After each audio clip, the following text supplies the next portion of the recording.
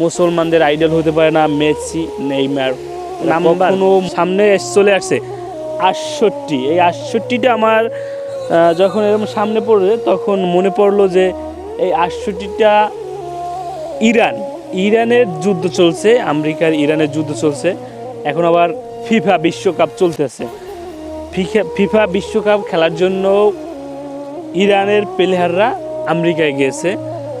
১০০, এখানে শুধু ৬৮ লেখা আছে, সাথে একটা এক যোগ হবে ১৬৮।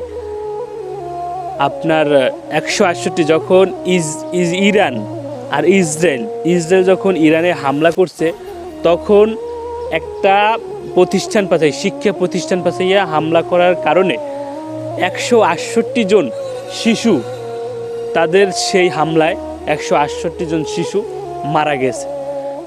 এই কারণে হলো ইরানের জার্সিতে ১৬৮ লেখা। ১৬৮ লেখার মানে এটা মেসেজ দেওয়ার পুরো বিশ্বর কাছে মেসেজ দিছে যে ১৬৮ জন তাদের শিশু হত্যা করেছে। একটা জার্সিতে শুধুই মন চাইলেই যা লেখা যায় না।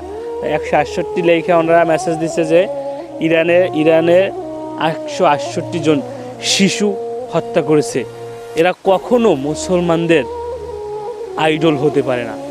এরা কখনো মুসলমানদের আইডল হতে পারে না মেসি, নেইমার। এরা কখনো মুসলমানদের আইডল হতে পারে না। তাই অবশ্যই ভিডিওটা সবাই শেয়ার করে দিবেন ১৬৮ যে লেখা, এটার কারণ জানার জন্য।